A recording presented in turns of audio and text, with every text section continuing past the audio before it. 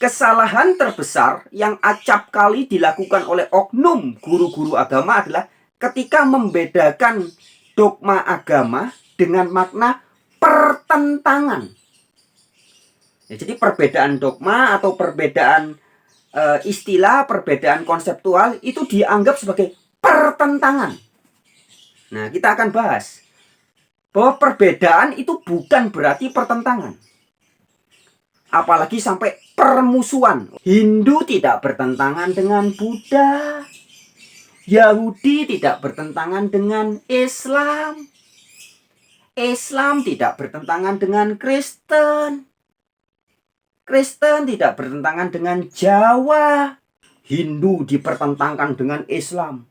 Islam dipertentangkan dengan Yahudi, dengan Kristen, dengan agama ini, dengan agama itu. Itu semua adalah kelakuan orang-orang yang super duper bodoh alias masih tolol. Halo sobat-sobat semuanya, jumpa lagi di channel Warta Kabar Baik. Selamat pagi buat yang menyimak video ini di pagi hari. Selamat siang, sore, dan malam buat yang menyimak di siang, sore, atau malam hari. Sobat-sobat, video-video di channel Warta Kabar Baik ini hanya dikhususkan bagi jiwa-jiwa atau orang-orang yang berpikiran terbuka ya. Bagi yang tidak berpikiran terbuka, skip aja deh. Oke, terima kasih semuanya. Jangan lupa subscribe, like, komen, dan share ya. Halo sahabat-sahabat pemerhati channel Warta Kabar Baik. Rahayu Sakung Dumadi, semoga segala makhluk yang sudah tercerahkan berbahagia. Sampurasun. Om Swastiastu. Namo Buddhaya, salam sejahtera, salam kebajikan. Bagi Anda yang berbahasa Ibrani atau Yahudi, Shalom Aleichem. Yang diikuti dalam bahasa Arab menjadi Assalamualaikum. Sahabat-sahabat, video ini masih terkait juga dengan video yang kemarin. Ya, dimana kita sudah membahas tajuk Tuhan atau God ya, yang satu. Versi Hindu Dharma, Kristen, dan Islam. Ya, dalam video itu sudah saya buktikan ya, bahwa sesungguhnya konseptual Sang Hyang Widiwasa atau Brahman ya, dalam ajaran Hindu Dharma tidak lain dan tidak bukan konsepnya sama ya, dengan Yahweh atau Allah Bapa di dalam Alkitab dan juga sama dengan Allah Subhanahu wa Ta'ala dalam Al-Quran. Nah, itu sudah kita ulas di video yang kemarin. Buat sahabat-sahabat yang belum menyimak, silakan bisa disimak ya. Nah, sahabat-sahabat, pada video kali ini nanti kita akan kembali membahas titik temu itu ya. Tapi sebelumnya saya izinkan saya ya untuk menyampaikan kemirisan ya, keprihatinan ya. Sering sekali atau acap kali ya, di Indonesia ini banyak oknum-oknum ya, baik yang ngaku sebagai ustadz, ngaku sebagai ulama atau orang berilmu, ataupun ngaku sebagai pendeta, ataupun ngaku sebagai pastor, ataupun ngaku sebagai guru-guru agama, yang masih saja suka mempertentangkan ya, suka mempertentangkan agama yang satu dengan agama yang lain. Nah, yang paling sering ya, khususnya adalah orang-orang yang ngaku ya, ini oknum ya teman-teman ya, oknum tapi banyak ya, yang ngaku sebagai Islam dan juga ngaku sebagai Kristen. Ini banyak sekali oknum yang suka sekali mempertentangkan ya, demi mengklaim bahwa kelompoknya yang paling benar ya, maka agama-agama yang lain dianggap salah. Opar, kafir, musyrik, semele, kete, wele. Itu sering dilakukan ya oleh oknum ustadz maupun oknum pendeta. Dan miris juga ya, beberapa waktu yang lalu, sekitar 2 minggu yang lalu, 1 minggu yang lalu ya, masih hangat kabar yang diberitakan bahwa Kementerian Agama menyetujui permintaan sekelompok orang yang ngaku-ngaku sebagai Kristen, yang minta nama Isa Al-Masih yang ada di kalender atau yang ada di Indonesia ya, diganti dengan Yesus Kristus. Ya, Isa Al-Masih diganti dengan Yesus Kristus. Dan kabarnya Kementerian Agama menyetujui itu. Nah, jadi sahabat-sahabatku ya, sebenarnya bagi kita yang sudah memahami bahwa sesungguhnya Isa Al-Masih tidak lain dan tidak bukan adalah bahasa Arab untuk Yesus Kristus. Nah, jadi sebenarnya nggak masalah mau diganti Isa Al-Masih atau Yehosua Hamasyah ataupun Yesus Kristus atau pakai bahasa Inggris Jesus Christ, no problem, ya, nggak masalah bagi orang-orang yang sudah paham bahwa itu hanya perbedaan bahasa saja. Ya. Sebagai tambahan, kalau sahabat-sahabat lihat di Al-Quran terbitan King Fahd, ya, Saudi Arabia, Al-Quran, The Holy Quran, King Fahd Saudi Arabia, Anda tidak akan temukan kata Isa Al-Masih di situ. Ya, tidak ada. Tapi ditulis dengan Jesus Christ. Ya, itu Al-Quran. Di Al-Quran terbitan King Fahd bahasa Inggris, ya, The Holy Quran, ditulisnya Jesus Christ. Jadi itu membuktikan bahwa ini hanya perbedaan bahasa saja. Hanya masalah perbedaan bahasa saja. Bahasa Arabnya Isa Al-Masih, bahasa Indonesianya Yesus Kristus, bahasa Inggrisnya Jesus Christ. Hanya itu aja. Tetapi sahabat-sahabatku, sayangnya ya, fenomena perubahan istilah Isa Al-Masih menjadi Yesus Kristus yang kabarnya disetujui oleh Kementerian Agama itu semakin banyak dipakai, ya, atau dimanfaatkan oleh orang-orang yang suka dengan pertentangan, yang suka dengan permusuhan Islam dan Kristen atau permusuhan Kristen dan Islam. Ya. Mereka semakin senang dan ingin membuktikan bahwa Isa Al-Masih beda dengan Yesus Kristus. Atau pokoknya Yesus Kristus itu bukan Isa Al-Masih. Kira-kira begitu, ya. Nah, sehingga dengan diubahnya istilah Isa Al-Masih, misalkan hari kelahiran Isa Al-Masih, ya, atau hari kenaikan Isa Al-Masih, itu katanya harus diganti hari kenaikan Yesus Kristus, begitu ya. Nah, sekali lagi bagi orang-orang yang memahami pada hakikatnya ini hanya masalah bahasa saja, nggak masalah. Ya, no problem. Tapi bagi orang-orang yang berniat jahat mau memanfaatkan keadaan ini untuk semakin mempertentangkan Al-Quran dan Alkitab. Nah, atau Islam dengan Kristen. Ini sering dimanfaatkan teman-teman. Ya. Sehingga dengan diubah Isa Al-Masih menjadi Yesus Kristus, mereka semakin gencar. Ya, saya melihat ada di TikTok, ada di WA Group dan sebagainya ya. Mereka semakin gencar memberitakan bahwa Isa Al-Masih bukan Yesus Kristus. Atau lebih tajamnya lagi, Isa Al-Masih yang ditulis di Al-Quran bukan Yesus Kristus yang tertulis di Bible. Karena, nah ini alasannya. Alasan klasik mereka adalah yang sebenarnya ini tidak lebih daripada pembodohan dan penipuan publik ya teman-teman ya. Alasannya adalah kata mereka orang yang sering mempertentangkan Al-Quran dan Alkitab dengan mempertentangkan Isa Al-Masih dan Yesus Kristus ini ya. Mereka mengatakan bahwa Isa Al-Masih di Al-Quran itu lahirnya di bawah pohon kurma. Nah, perhatikan baik-baik teman-teman. Jadi menurut kelompok orang-orang yang kurang ajar ini ya, saya katakan kurang ajar karena memang mereka kurang belajar ya. Kurang belajar tapi sok tahu banget ya.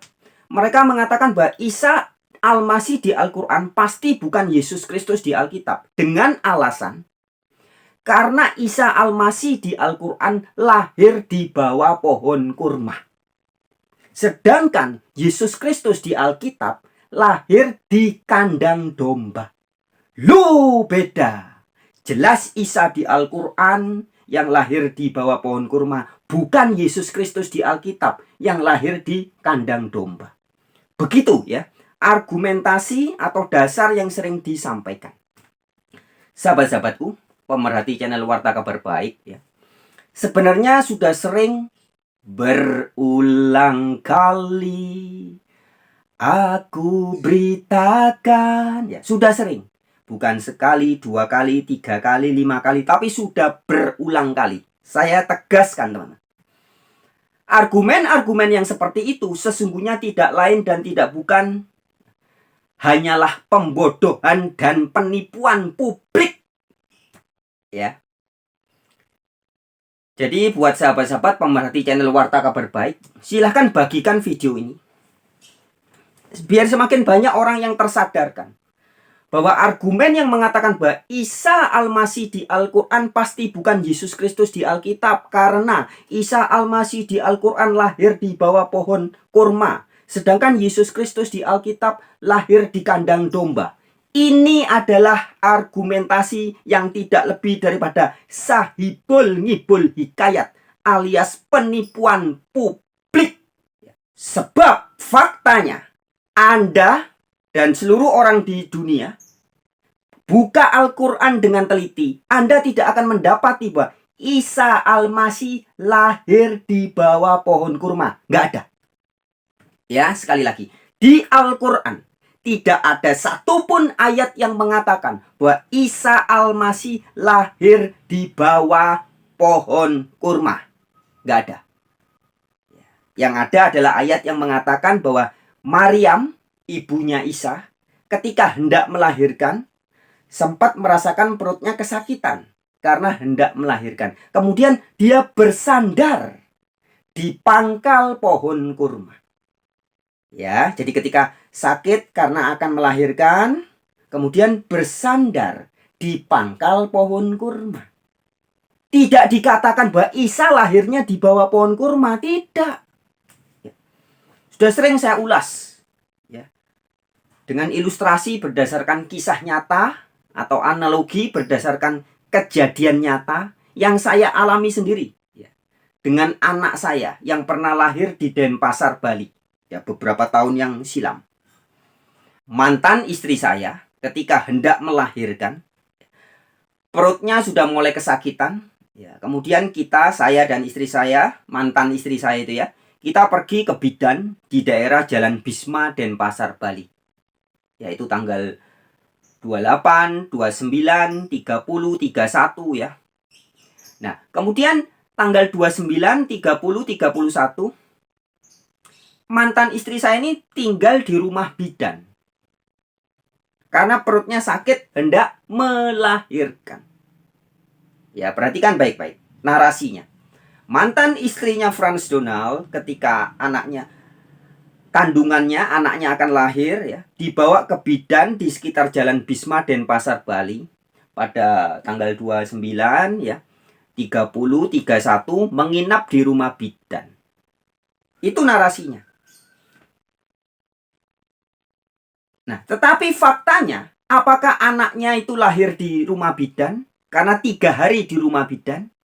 Ternyata faktanya, tanggal 1 Januari, anak itu atau bayi itu tidak lahir di rumah bidan. Tetapi di rumah sakit Sanglah. Ya, jaraknya sekitar 2 atau 3 km dari rumah bidan. Padahal tanggal 29, 30, 31...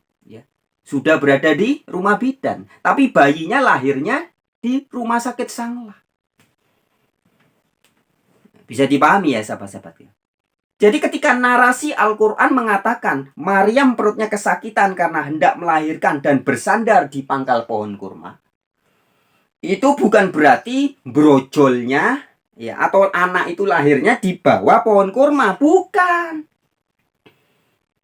Lahirnya di mana? Al-Quran tidak menegaskan, tidak menuliskan, tidak ada informasi yang pasti di Al-Quran. Anak itu lahirnya di mana? Tidak. Nah, tetapi oleh asumsi orang-orang yang suka membenturkan Al-Quran dan Alkitab, dibuatlah sebuah dogma. Menurut Al-Quran, Isa lahir di bawah pohon kurma. Padahal nggak ada ayat Al-Quran itu. Nah, begitupun di dalam Alkitab ya. Jika di Al-Quran faktanya, realitasnya, kenyataannya tidak ada ayat yang mengatakan Isa lahir di bawah pohon kurma. Demikian juga di Bible. Anda cari di dalam keempat Injil, Matius, Markus, Lukas, Yohanes, tidak ada dikatakan Yesus lahir di kandang domba. Nggak ada. Yang ada setelah anak itu lahir, kemudian dibaringkan di palungan. Nah, palungan itu kemudian mulai ditafsirkan berada di kandang domba. Silahkan mau ditafsirkan begitu. Tetapi tidak ada tertulis di Alkitab bahwa Yesus lahirnya di kandang domba. Nggak ada. Artinya, orang-orang yang berusaha mempertentangkan Isa Al-Masih di Al-Quran dengan Yesus Kristus di Bible dengan alasan kalau di Al-Quran Isa lahir di bawah pohon kurma, kalau di Alkitab Yesus Kristus lahir di kandang domba. Ya, ini bohong teman-teman. Ini semua hanya asumsi belaka yang dijadikan dogma dan kemudian dipertentangkan. Jadi yang bertentangan itu sebenarnya dogma versus dogma. Bukan teks Al-Quran dan teks Alkitab. Bukan. Ya. Ya. Jadi sebenarnya Isa yang dimaksud di Al-Quran, ya, itu tidak lain dan tidak bukan adalah Yesus atau Isa yang tertulis di Alkitab. Ya, ada banyak persamaannya sahabat-sahabatku ya. Di video-video terdahulu sudah saya ulas. Ya. Ya, jadi teman-teman yang ingin menyimak video yang membuktikan bahwa Isa Al-Masih di Al-Quran adalah Yesus Kristus di Alkitab, sudah saya sajikan di video terdahulu ya. Saya tidak akan ulangi di sini ya. Teman-teman silakan bisa disimak ya video-video yang terdahulu ya, beberapa tahun yang lalu. Seperti ini thumbnailnya. Ya, itu tadi salah satu contoh saja ya sahabat-sahabat ya. Dogma yang suka dipertentangkan, diversuskan, dipermusuhkan. Supaya membuat kesan bahwa Islam dan Kristen ini memang bertentangan dan bermusuhan. Selalu begitu narasi yang dibuat ya oleh oknum-oknum yang gemar mempermusuhkan atau mempertentangkan agama yang satu dengan agama yang lain.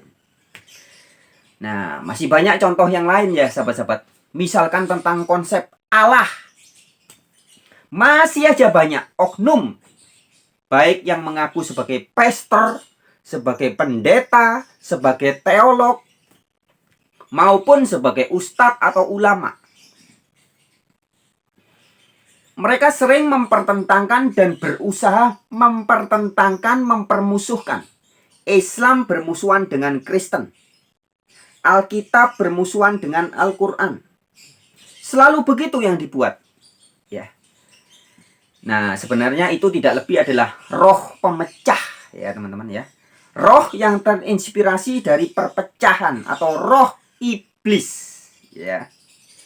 Iblis yang berkedok agama. Nah, sahabat-sahabat, sekarang pada kesempatan ini saya juga ingin menyampaikan ya, jadi tadi itu baru pengantar ya sahabat-sahabat ya.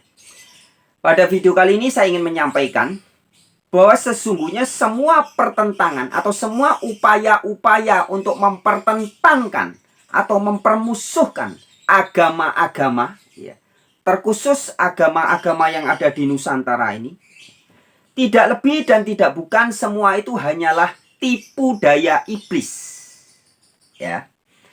Jika di video-video terdahulu dan juga video yang kemarin saya sudah sampaikan bahwa sesungguhnya esensi atau hakikat semua agama itu sama.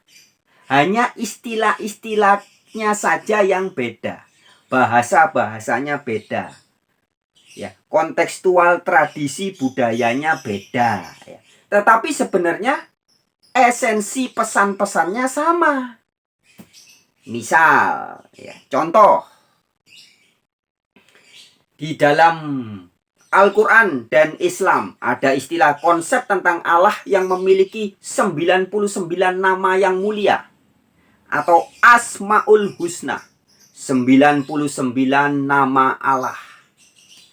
Itu tidak ada di dalam tradisi budaya Hindu, nggak ada. Tetapi esensinya sama. Ya, yang di Al-Quran disebut dengan 99 nama Allah, di Hindu ada istilahnya Trimurti. Ya. Sang Yang Widiwasa atau Brahman atau Narayana. Ya. Sang Maha Kuasa itu juga memiliki gelar-gelar. Ada Brahma, ya, ketika Sang Yang Widiwasa mencipta bergelar Brahma.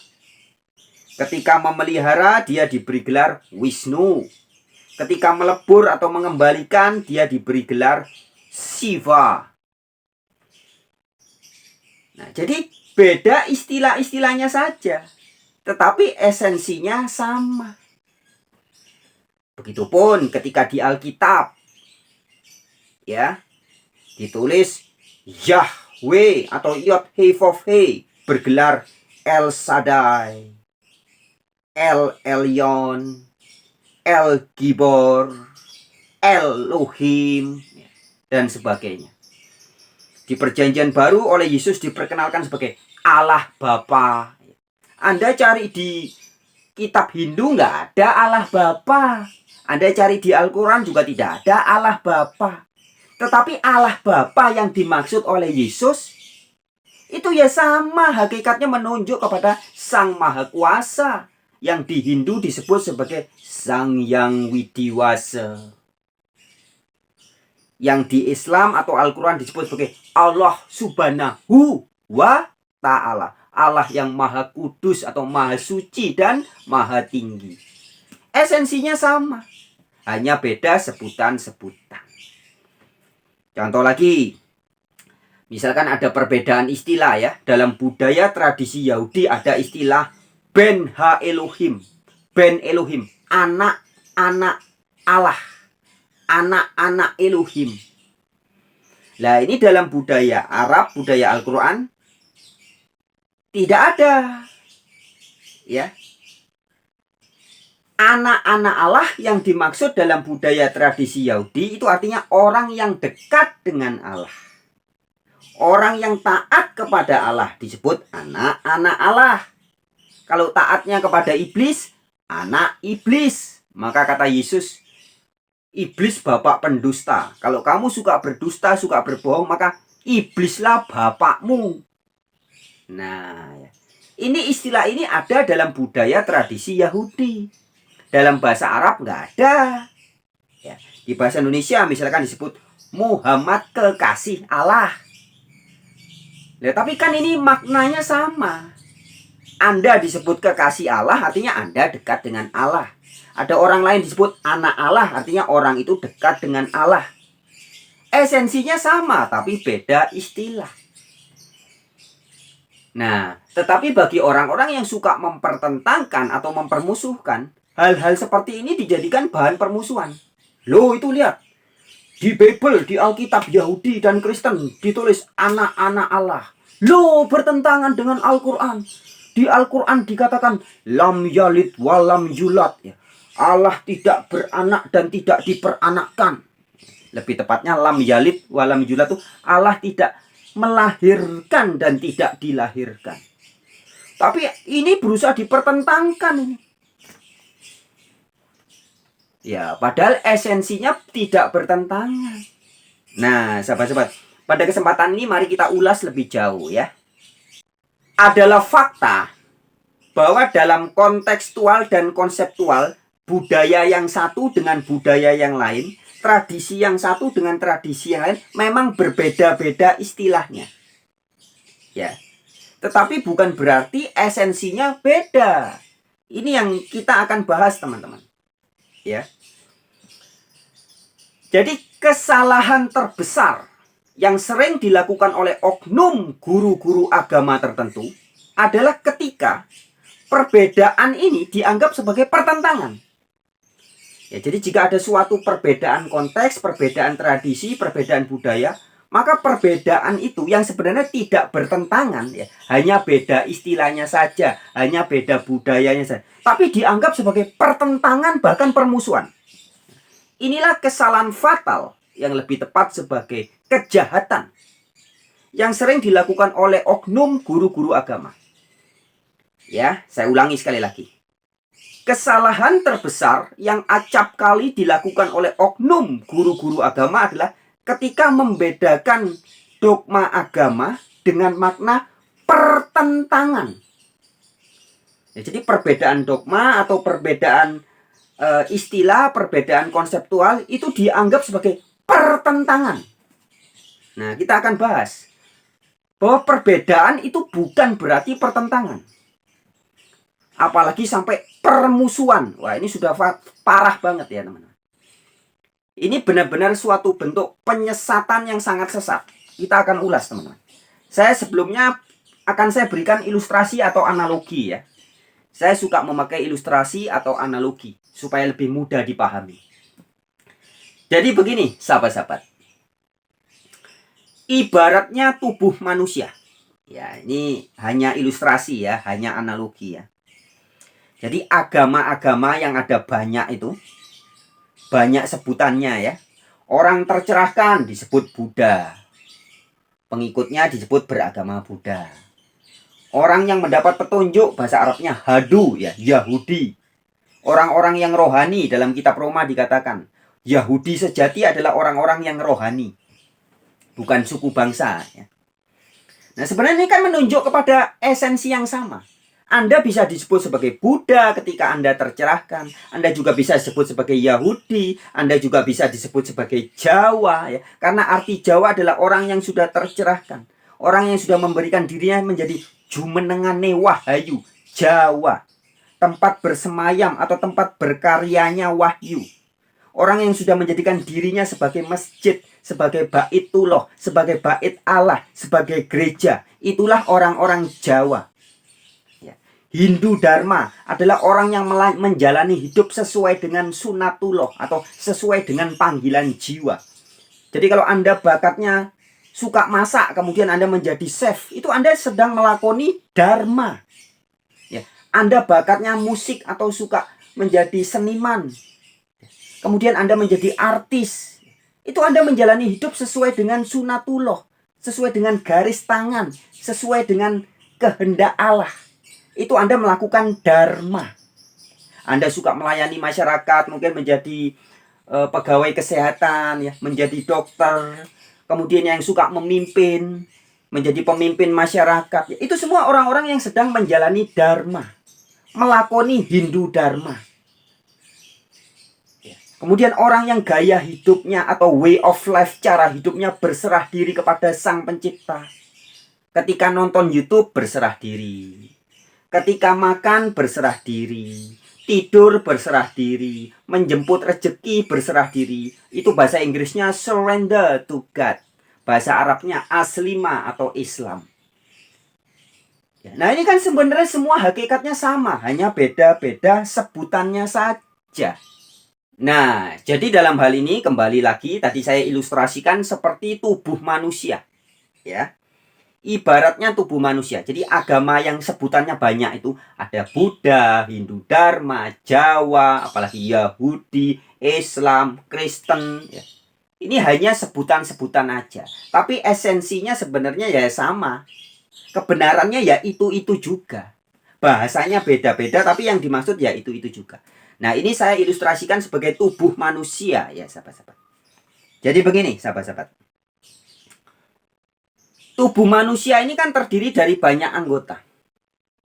Ada bagian yang kita sebut sebagai kepala. Tuh, kepala pun ini ada anggotanya macam-macam ya. Ada hidungnya, ya. Instrumennya ada instrumen mata. Mata lagi ada yang kiri, ada mata yang kanan, ya. Kemudian ada lubang hidung. Kemudian ada gigi. Gigi lagi terbagi ada gigi geraham, gigi seri. Kemudian ada lidah, ada bibir, ada dagu, ada telinga. Telinga juga ada yang kanan, ada yang kiri. Nah, terdiri dari banyak bagian. Ini baru kepala. Belum lagi ada leher, ada tangan, ada kaki, ada penis, ada vagina, ada pusar atau udel. Tangan nanti terbagi lagi ada lengan, ada pergelangan tangan, ya, ada jari-jari. Jari-jari terbagi lagi ada jempol, ada telunjuk, jari tengah, jari manis, jari kelingking. Nah, tetapi semuanya adalah satu tubuh, semuanya sama-sama bagian tubuh manusia.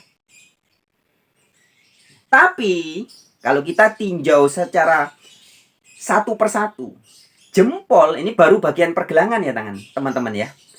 Jempol beda dengan telunjuk. Memiliki karakteristik yang berbeda. Jempol gendut ya, telunjuk agak kurus. Jari tengah lebih tinggi, loh beda lagi. Jari kelingking, jari manis ini beda-beda. Nah, tapi kalau kita fokusnya pada perbedaan, jempol pasti bukan jari telunjuk. Memang, jempol bukan jari telunjuk. Tapi hakikatnya sama-sama jari. Lebih jauh lagi sama-sama bagian tangan. Lebih jauh lagi sama-sama bagian tubuh. Artinya, jempol sangat berbeda dengan telunjuk, tapi tidak bertentangan. Ya, contoh. Jempol tangan bukan jempol kaki. Loh, jempol tangan sangat berbeda dengan jempol kaki. Iya, betul. Tetapi bukan berarti jempol tangan bertentangan dengan jempol kaki. Jempol tangan bermusuhan dengan jempol kaki. Tidak. Ya, jadi perbedaan jangan selalu diartikan sebagai permusuhan atau pertentangan. Contoh lagi, mata. Ya, salah satu anggota bagian tubuh ini kan satu tubuh. Mata beda dengan udel atau pusar. Nah, fungsinya berbeda, karakteristiknya berbeda, tempatnya berbeda. Sama sekali terkesan tidak ada persamaan. Ya. Mata nggak bisa diganti dengan udel, udel diganti dengan mata nggak bisa. Ini betul-betul berbeda. Dua hal yang sangat berbeda antara mata dengan udel. Mata dengan pusar sangat berbeda. Telinga dengan hidung, ini sangat berbeda.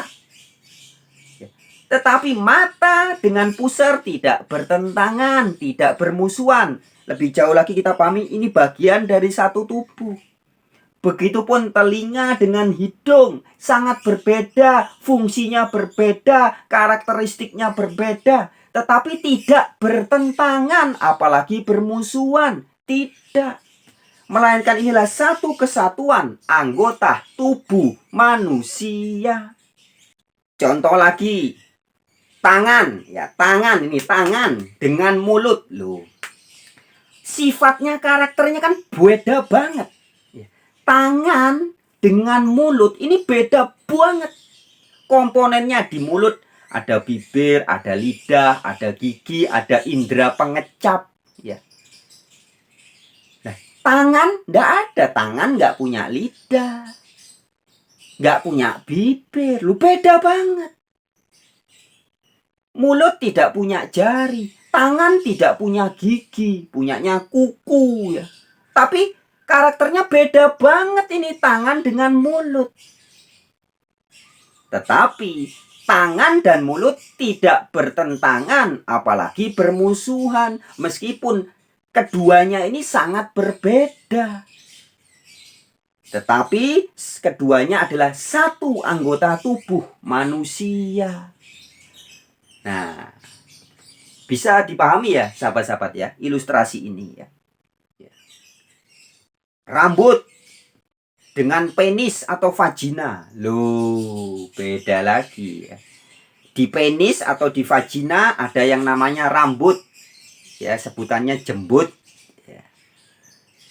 Tetapi di rambut tidak ada penisnya, tidak ada vaginanya. Loh, beda kan? Rambut beda dengan penis. Sangat berbeda, karakternya beda, fungsinya beda. Iya. Tapi rambut tidak bertentangan, apalagi bermusuhan dengan penis atau vagina. Melainkan adalah satu kesatuan anggota tubuh. Ya, jadi intinya sahabat-sahabatku, semua ini adalah anggota tubuh dan merupakan satu kesatuan yang sama sekali tidak bertentangan, apalagi bermusuhan. Nah, itu ilustrasi ya. Demikian juga halnya dengan istilah-istilah agama, teman-teman. Ya. Di video terdahulu sudah sering juga saya sampaikan. Ya. Ketika Anda menjalani hidup secara rohani, tercerahkan, Anda bisa disebut Buddha. Karena Buddha itu memang artinya tercerahkan. Tapi Anda mau pakai istilah bahasa Arab, orang yang sudah tercerahkan pasti menjalani hidup dengan cara berserah diri. Bahasa Arabnya Islam atau aslima. Nggak apa-apa. Nah, orang yang sudah aslima, sudah berserah diri, yang sudah Buddha alias tercerahkan, pasti juga sudah mendapat pertolongan dari Sang Pencipta alias Hadu bahasa Arabnya ya. Yahudi. Loh. Nah, orang yang sudah tercerahkan atau sudah Buddha, sudah aslima, sudah Islam ya, sudah mendapat pertolongan, sudah Yahudi, pasti juga Jawa alias menjadikan dirinya sebagai jumenengane wahayu, menjadikan dirinya sebagai bait Allah, sebagai masjid, sebagai pura, sebagai gereja. Nah, orang-orang yang seperti ini juga disebut sebagai Kristian. Orang yang percaya kepada Kristus. Nah, jadi intinya sebenarnya hanya beda istilah. Tapi bukan berarti bertentangan. Hindu tidak bertentangan dengan Buddha. Yahudi tidak bertentangan dengan Islam. Islam tidak bertentangan dengan Kristen. Kristen tidak bertentangan dengan Jawa, dan seterusnya. Tidak ada pertentangan, apalagi permusuhan. Yang ada adalah semuanya satu kesatuan. Ketika Anda menjadi orang yang bergaya hidup atau menjalani din, ya, sikap hidup berserah diri, dalam bahasa Arab disebut Islam. Dalam istilah lain disebut, oh berarti Anda sudah tercerahkan, Anda sudah Buddha, Anda sudah mendapat pertolongan, Anda sudah Yahudi, Anda sudah menjadikan hidup Anda sebagai jumenengane wahayu, Anda sudah Jawa. Loh, kan semuanya jadi satu kesatuan. Ya, maka dalam video terdahulu juga saya sampaikan, sebenarnya Hindu Dharma, Buddha, Jawa, Yahudi, Islam, Kristen, ini semua bagian diri manusia, sahabat-sahabatku. Bagian dari diri manusia. Ketika kita menjalankan hidup dengan berpasrah diri, kita bisa disebut Islam. Ketika kita melakoni hidup setiap hari sesuai dengan panggilan jiwa kita, sesuai dengan bakat kita. Misalkan bakatnya pinter nyanyi, suka seni, jangan dipaksakan jadi dokter, nanti jadinya kayak Afgan, kuliah kedokteran karena oleh orang tuanya diharapkan pinter biar jadi dokter. Ternyata bakatnya dia musik, bakatnya dia penyanyi. Ya, itu namanya tidak sesuai dengan sunatullah, tidak sesuai dengan jalan hidupnya, tidak sesuai dengan dharmanya. Nah, tapi kalau memang dari kecil dia sudah tahu dharmanya, panggilan jiwanya adalah menjadi penyanyi, kemudian setelah besar jadi penyanyi, ya itu sesuai dengan dharma.